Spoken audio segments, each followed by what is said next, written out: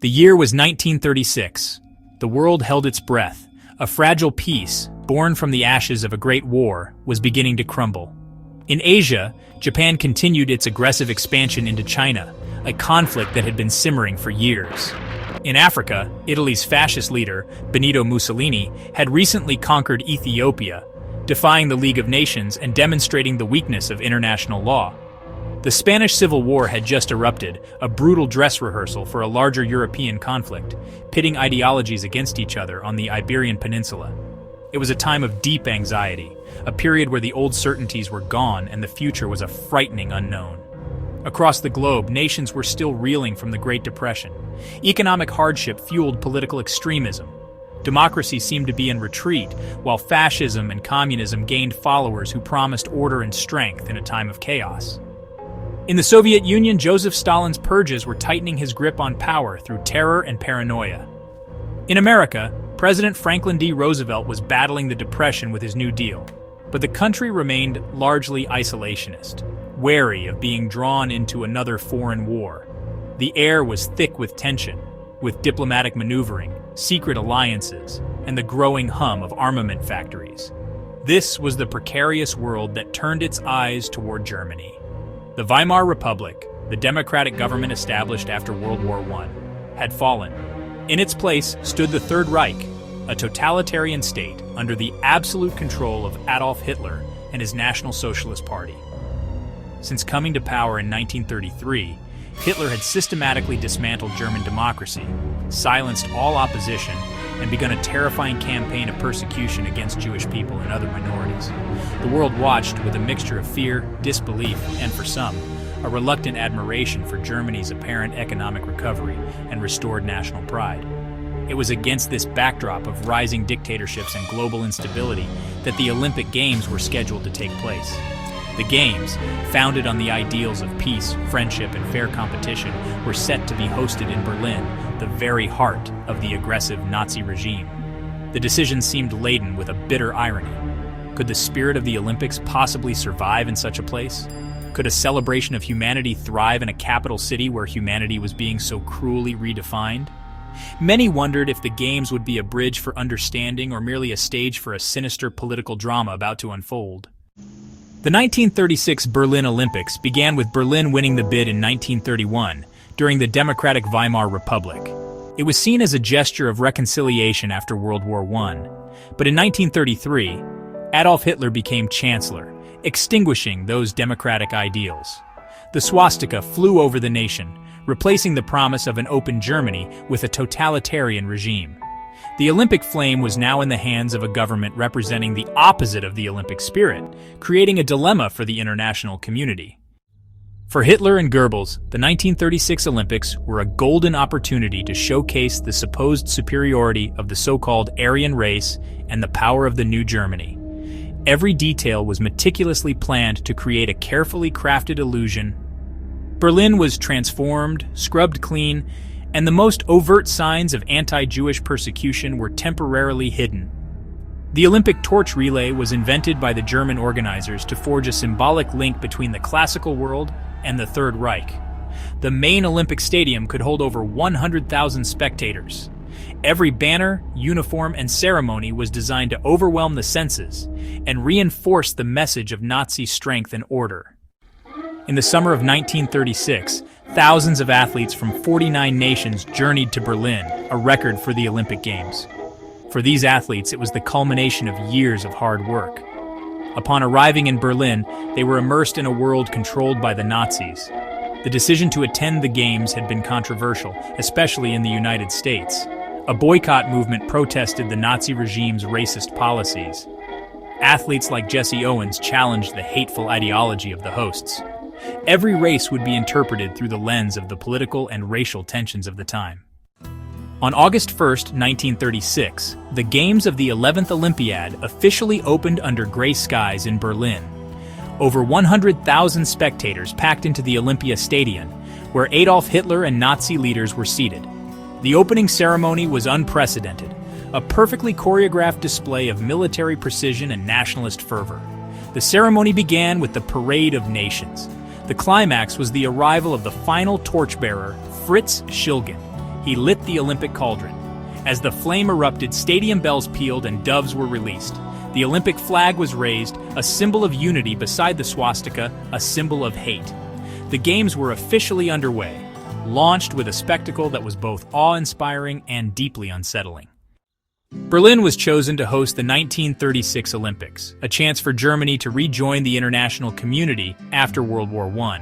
Hosting the Olympics was seen as a symbol of peace. In May 1931, the International Olympic Committee convened in Barcelona. Berlin won the vote.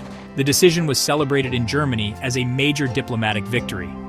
No one could have predicted the dark turn that German politics was about to take. The global community saw the Berlin Games as an investment in peace. The economic turmoil was fueling the rise of extremist political forces. The hopeful atmosphere surrounding the Berlin Games was shattered when Adolf Hitler was appointed Chancellor of Germany. The democratic Weimar Republic was dead, replaced by the Third Reich, a totalitarian state built on racial supremacy and aggressive nationalism. The swastika cast a dark shadow over the Olympic rings. Initially hostile to the Games, Hitler, persuaded by Joseph Goebbels, saw an opportunity to present a powerful, unified Germany to the world. The promise to the IOC was betrayed as the regime purged Jewish athletes and officials, violating the Olympic Charter. As reports of Nazi persecution spread, the IOC faced complaints, but the Nazis offered reassurances, playing a double game. With Hitler's support, the 1936 Olympics became central to Joseph Goebbels' propaganda efforts. Goebbels, a master manipulator, envisioned the Games as a grand spectacle to showcase the Third Reich's power and supposed renaissance. The regime invested heavily, constructing the massive Reichssportfeld and Olympia Stadium, architecture designed to intimidate. Goebbels ensured unprecedented media coverage, commissioning Leni Riefenstahl's Olympia, a cinematic masterpiece and potent propaganda. The Olympic torch relay, conceived by Karl Diem, became a key element, linking Nazi Germany to ancient Greece. This political theater successfully embedded a Nazi invention into Olympic tradition. As the world became aware of the Nazi regime, calls to boycott the Berlin Olympics grew. Opponents argued that participation would endorse Hitler's government and lend legitimacy to a regime that trampled on human rights. The debate divided nations, especially the United States. Avery Brundage argued against the boycott, and after a close vote, the American team went to Berlin. This decision was a major propaganda victory for the Nazis. The team, including African American and Jewish athletes, carried the burden of refuting Nazi ideology. As the summer of 1936 approached and thousands of foreign visitors prepared to descend on Berlin, the Nazi regime executed the final phase of its plan. This involved creating a temporary artificial atmosphere of tolerance and openness. Under direct orders from Hitler, a massive cleanup operation was launched. The most visible part of this effort was the removal of overt signs of anti-Semitism. The Roma people, or Gypsies, were rounded up by Berlin police before the Games began and forcibly moved to a detention camp. This facade of normalcy was incredibly successful, precisely the outcome Goebbels had intended. The world saw the smiling mask of the Third Reich, not the terror and oppression it concealed. To host the Games, the Nazi regime wanted a monument. The Reichssportfeld was a vast complex of arenas, fields, and swimming pools. The scale was intentionally overwhelming, designed to make the individual feel small. The centerpiece was the Olympic Stadium. It could hold over 110,000 spectators. Every element was carefully planned to project an image of strength and racial purity. Nearby stood the Maifeld, capable of holding 250,000 people for Nazi rallies. The Reichssportfeld was more than a sports venue. It was a cathedral for a political religion, a declaration that Germany was reborn, powerful, and ready to claim its place on the world stage.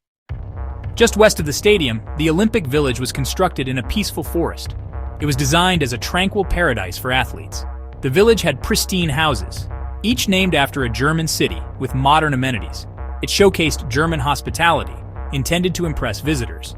There was a lake, a sauna, and even a zoo, but beneath the surface, the village was under military control. The hospitality had an edge of surveillance. The village was a gilded cage, isolating athletes from the realities of Nazi Germany. The torch relay, a powerful symbol linking the modern games to ancient origins, didn't originate in ancient Greece. It was invented for the 1936 Berlin Olympics. Conceived by Karl Diem, propaganda minister Joseph Goebbels transformed it into a spectacle. A ceremony was staged in Olympia, beginning a journey across Europe, designed to trace supposed Aryan influence, uniting Europe under a flame destined for Hitler's Berlin. For the Nazis, it was a propaganda masterpiece, with the final torchbearer lighting the cauldron, a triumph of Nazi stagecraft. In the weeks leading up to the Olympics, the city of Berlin underwent a remarkable transformation. The Nazi regime was determined to present a perfect image to the thousands of athletes, journalists, and tourists who were about to arrive. This required a city-wide cleanup, not just of streets, but of ideology. For a few short weeks, the harsh, oppressive nature of the Third Reich was carefully concealed behind a mask of cheerful hospitality. Orders came from the highest levels of government to create a facade of tolerance and openness. Berlin was put on its best behavior, becoming a stage set for a global audience. The most noticeable change was the temporary removal of overt anti-Semitism. The infamous Jews Not Wanted signs were taken down from public places. Julius Streicher's hateful newspaper, Der Stürmer, was pulled from the newsstands. The daily persecution that was a fact of life for German Jews was hidden from view. The goal was to deceive foreign visitors into believing that stories of Nazi brutality were mere exaggerations. The city was scrubbed clean, buildings were painted, and streets were decorated with countless Olympic and swastika flags, creating a festive and orderly appearance that impressed many who came to visit. This cleanup extended to people the regime deemed undesirable. In the months before the Games, the Berlin police began rounding up hundreds of Roma, under the pretense of them being a public nuisance.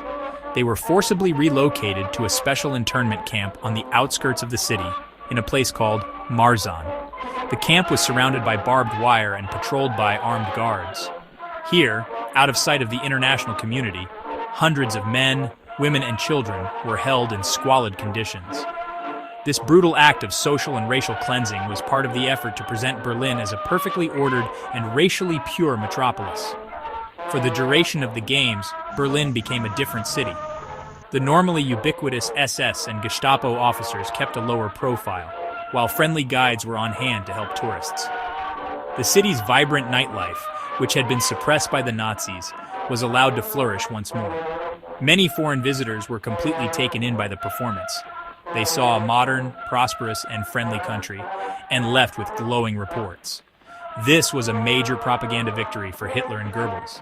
They had successfully created a Potemkin city, a carefully constructed illusion that masked the terror and hatred that lay at the heart of their regime. The Games of the 11th Olympiad began on August 1st, 1936, with an opening ceremony of unprecedented scale and ambition. Over 110,000 spectators filled the massive Olympia Stadium, while millions more around the world listened on the radio. The event was designed to be the ultimate display of Nazi power and organization. The day began with a grand procession for Adolf Hitler, whose motorcade snaked through the decorated streets of Berlin to the stadium, where he was greeted by a roaring crowd. He took his place in the Tribune of Honor, surrounded by Nazi officials, European royalty, and International Olympic Committee members, ready to preside over the spectacle he had orchestrated. The ceremony officially began with the Parade of Nations, as teams from 49 countries marched into the stadium. The delegations marched in alphabetical order, a river of athletes in colorful uniforms. The crowd offered polite applause for most teams, but erupted for those who gave the Nazi salute as they passed Hitler's box. The teams from France and Austria were among those who offered the stiff-armed gesture. In a notable moment of quiet defiance, the British and American teams dipped their flags in a traditional Olympic gesture of respect, but pointedly refused to give the Nazi salute, a small but significant act of political distance witnessed by the entire world. The emotional high point of the ceremony was the arrival of the Olympic flame. After its long journey from Greece, the final torchbearer, German athlete Fritz Schilgen, ran into the stadium. He was the picture of Aryan perfection, a symbol carefully chosen for this climactic moment. He ran a lap of the track before ascending a flight of stairs to light the giant cauldron, which burst into flame. As the Olympic fire soared, the stadium's huge bell began to toll. A 21-gun salute echoed through the grounds, and thousands of white doves were released into the sky, a deeply ironic symbol of peace in a ceremony so steeped in militaristic nationalism. Richard Strauss, Germany's most famous living composer, conducted a choir of 3,000 who sang the Olympic hymn. The Olympic flag was raised, and a German athlete took the Olympic oath on behalf of all the competitors. The scene was set. The ceremony was a stunning success for the Nazis, blending ancient symbolism with modern propaganda. It was both beautiful and menacing, a perfect introduction to a games where the ideals of sport would be forced to compete with the ambitions of a totalitarian state. The world watched, captivated, and concerned. The athletic competitions began in earnest at the Olympiastadion. The Nazi ideology of Aryan supremacy would face its most direct test. Germany won the first gold, but the narrative was quickly challenged. The world's attention turned to Jesse Owens. Cornelius Johnson won gold in the high jump, with Dave Albritton taking silver. For the first time, two black athletes stood on the podium. The simple act of running and jumping became a profound statement, challenging the hateful narrative in front of a global audience. While the track and field events captured headlines in the main stadium, another series of intense competitions was unfolding at the nearby Olympic swimming stadium. This state-of-the-art aquatic center, known as the Schwimmstadion, was another showcase of German engineering, capable of holding over 18,000 spectators. The swimming and diving events were incredibly popular, with crowds flocking to see the world's best aquatic athletes. In the water, national rivalries were just as fierce as on the track. The dominant powers in swimming were Japan and the United States, and their athletes were poised for a major showdown, with European nations like the Netherlands and Germany hoping to challenge their supremacy. The Japanese men's swimming team was a formidable force. They had introduced new techniques, including innovative underwater kicking and arm strokes that gave them a distinct advantage. They dominated many of the men's events, showcasing their speed and endurance. In the 1,500-meter freestyle, the longest and most grueling race, 3 Japanese swimmers swept the podium, taking gold, silver, and bronze in a stunning display of national strength. Their success was a source of immense pride for Japan and a surprise to many Western observers, challenging preconceived notions about athletic prowess. The precision and discipline of the Japanese swimmers were admired throughout the Games. In the women's events, the competition was equally thrilling. The star of the pool was Hendrika Rie Mastenbroek from the Netherlands. At just 17 years old, she became one of the most successful athletes of the entire Olympics.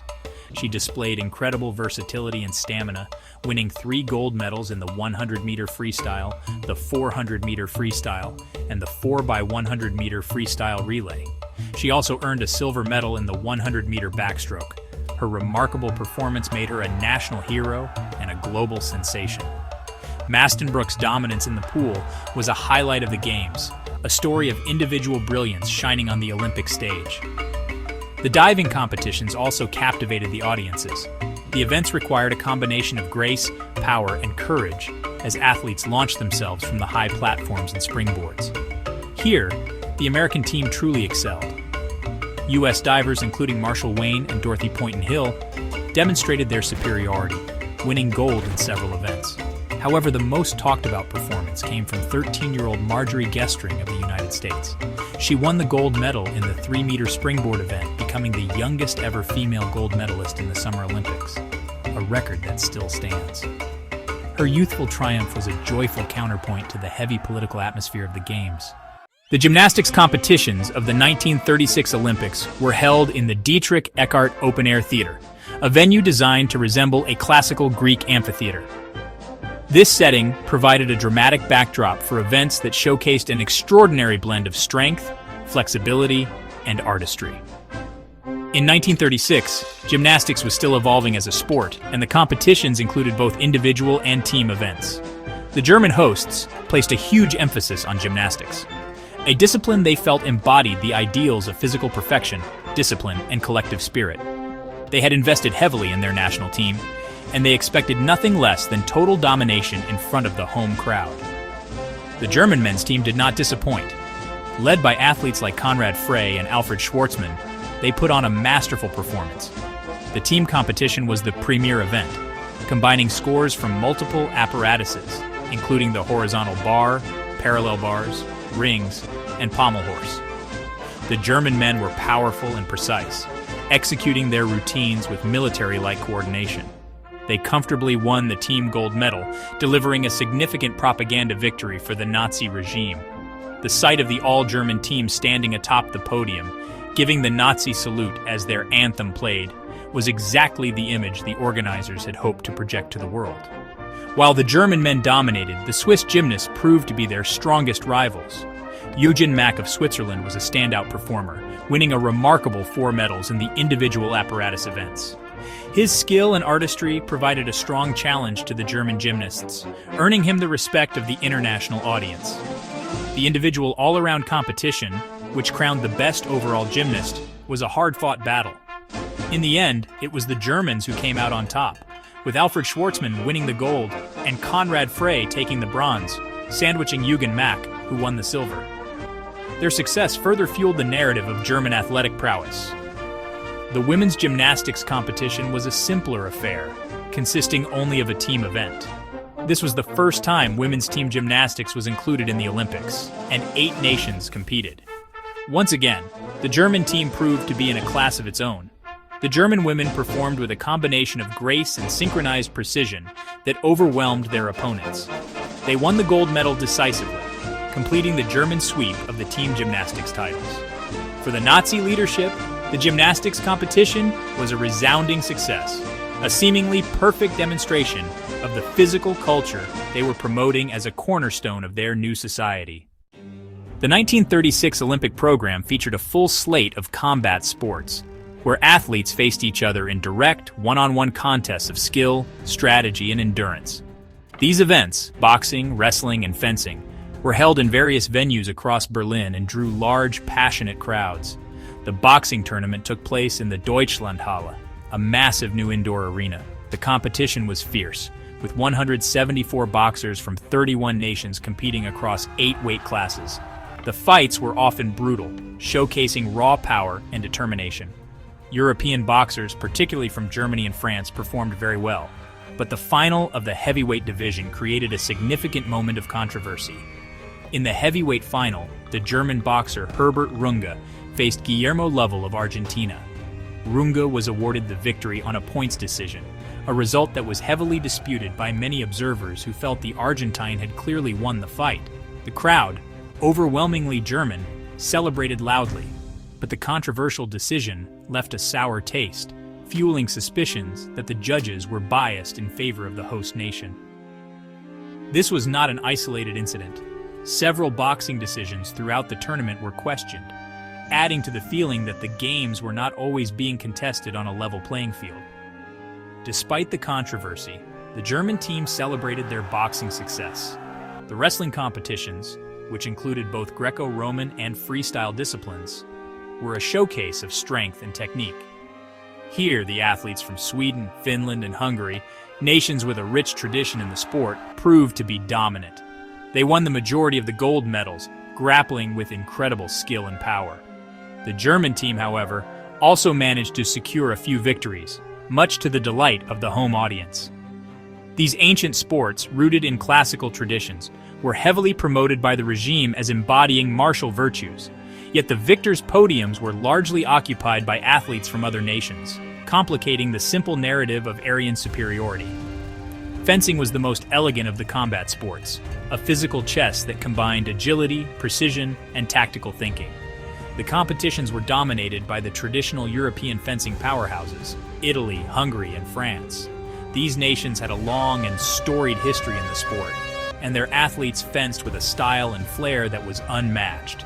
The Italian team in particular was exceptional, winning multiple gold medals. Ilona Elic of Hungary made history by winning the women's foil event, becoming one of the few female Jewish athletes to win a gold medal at the Berlin Games, a quiet but significant personal triumph in a hostile environment. The 1936 Olympics featured team sports that fostered intense national pride.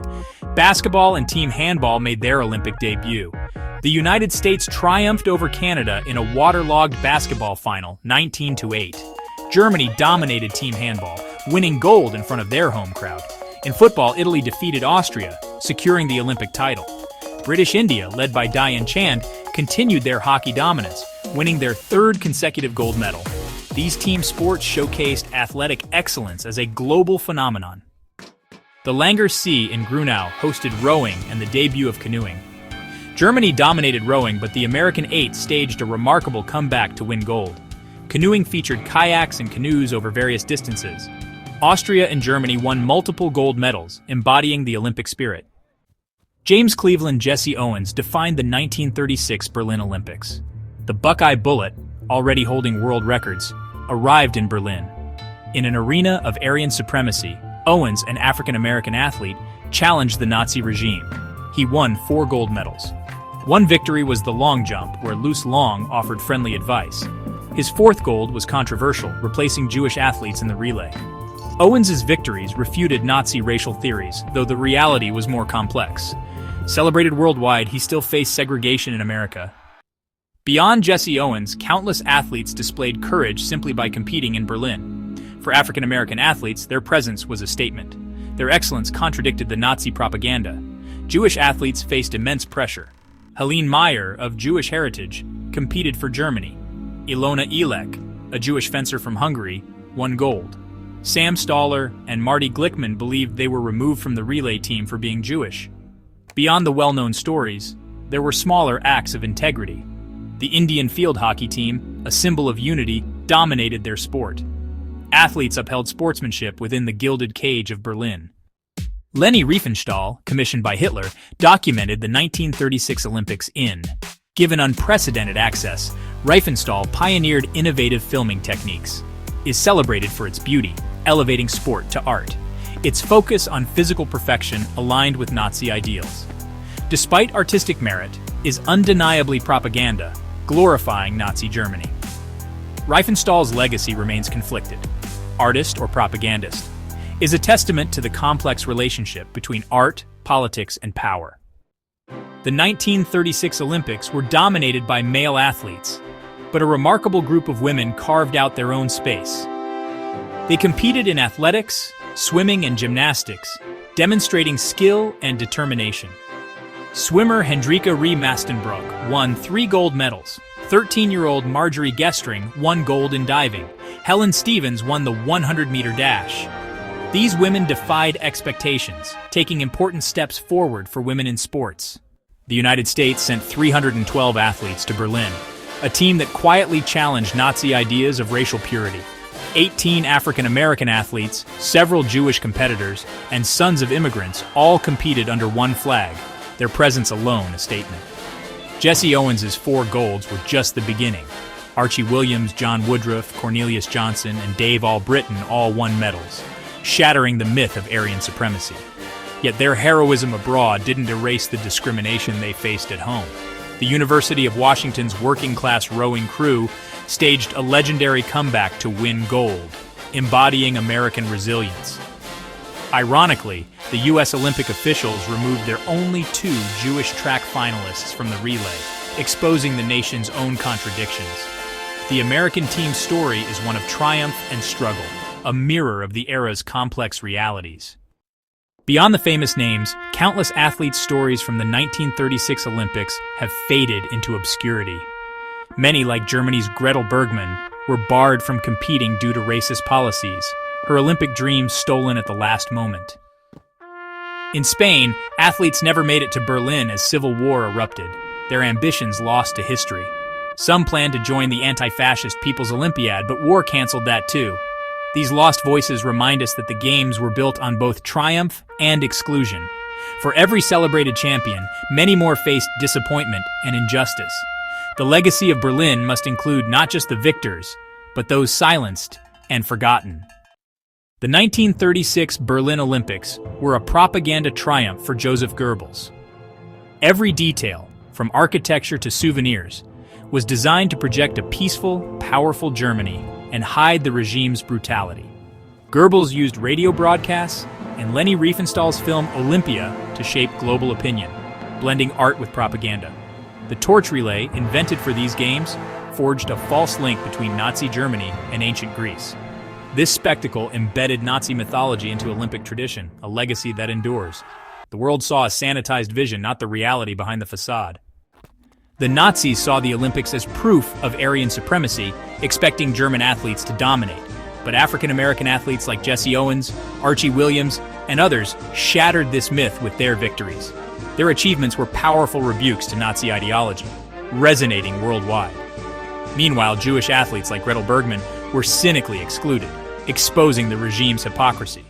The Games became a battleground for competing worldviews, racist propaganda versus undeniable talent. The Nazis' attempt to use sport for their agenda backfired spectacularly. The real legacy was the triumph of those the regime sought to erase. The choice to attend the Berlin Olympics sparked fierce debate, especially in the US, where calls for a boycott clashed with arguments for athletic participation.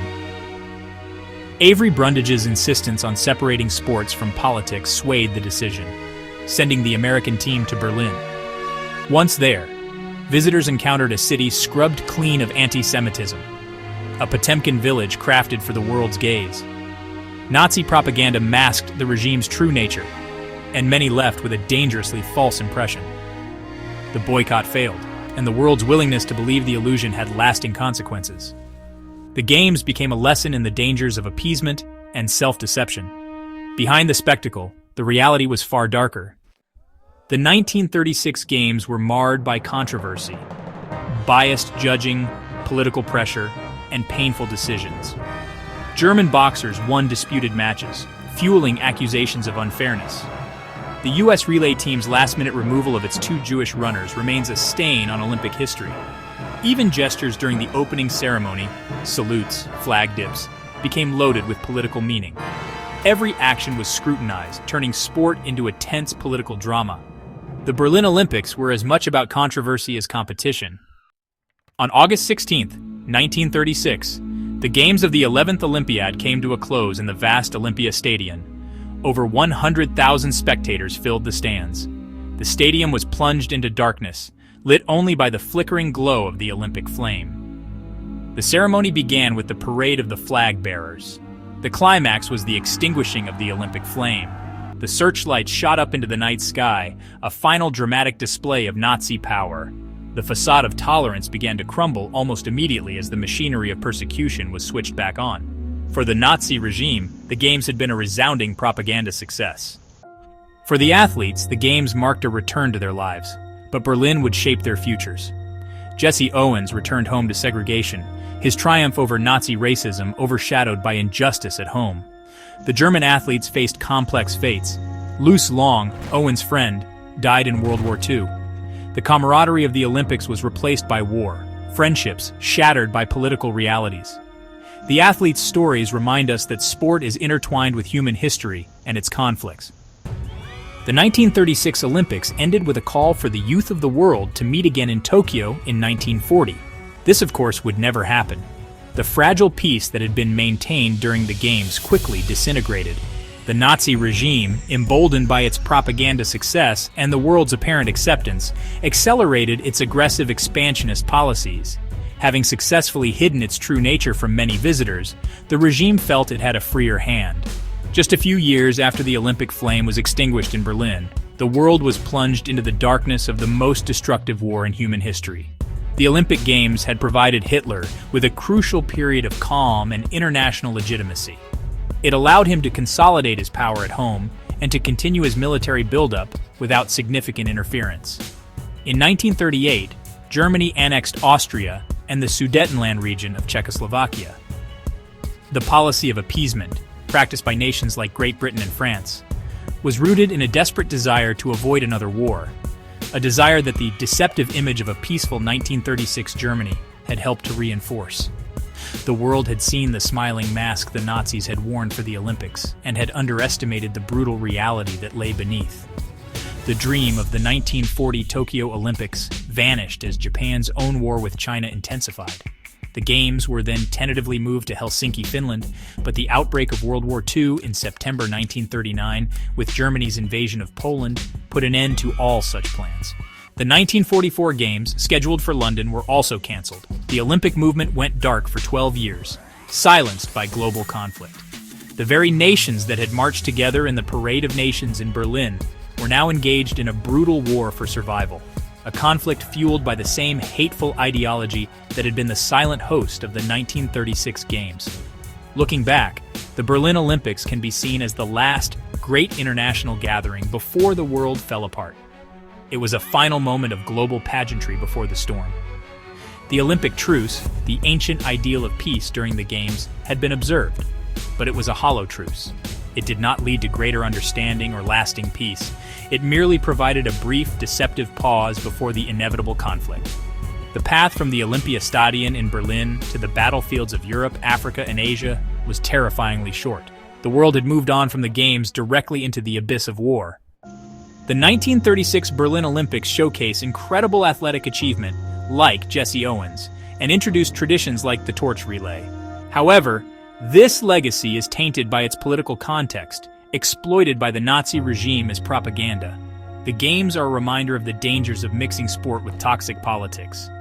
Today, the Olympiastadion still stands in Berlin, a monument to a difficult past and a permanent warning. The 1936 Berlin Olympics continue to resonate, casting a long shadow over the modern Olympic movement. Its history raises questions about sports and politics, boycotts, and the power of individual athletes. The courage of Jesse Owens and the sportsmanship of Luz Long became the true story of the Games. The Berlin Olympics serve as a potent cautionary tale reminding us to protect the Olympic flame from political darkness. The echoes of Berlin are a call to conscience, ensuring these lessons are never forgotten.